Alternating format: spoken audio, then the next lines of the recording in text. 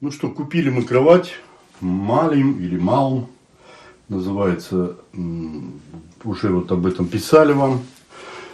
Проблема вот с этим вот скрипом.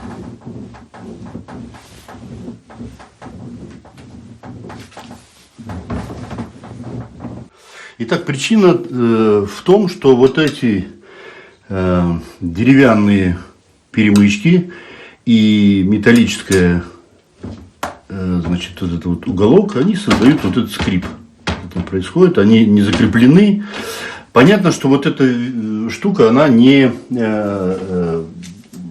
совсем, скажем, дорогая. Прямо я скажу, даже очень, самый дешевый вариант был. В вариантах подороже стоят пластиковые крепления здесь. И, естественно, там скрепить нечему. Нету соприкосновения дерева с металлом.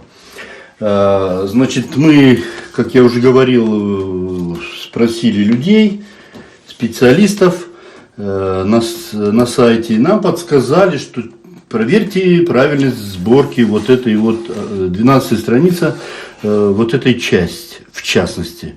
Ну вот, посмотрите на видео, мы это ничего не доделывали, все было собрано, соответственно, в схеме.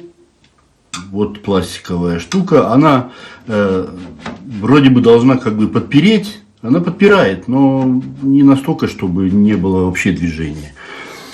Вот мы, что нам насоветовали, пленку. Мы сейчас пленку вот сюда положим целиком по этому и по тому краю. Посмотрим, что получится.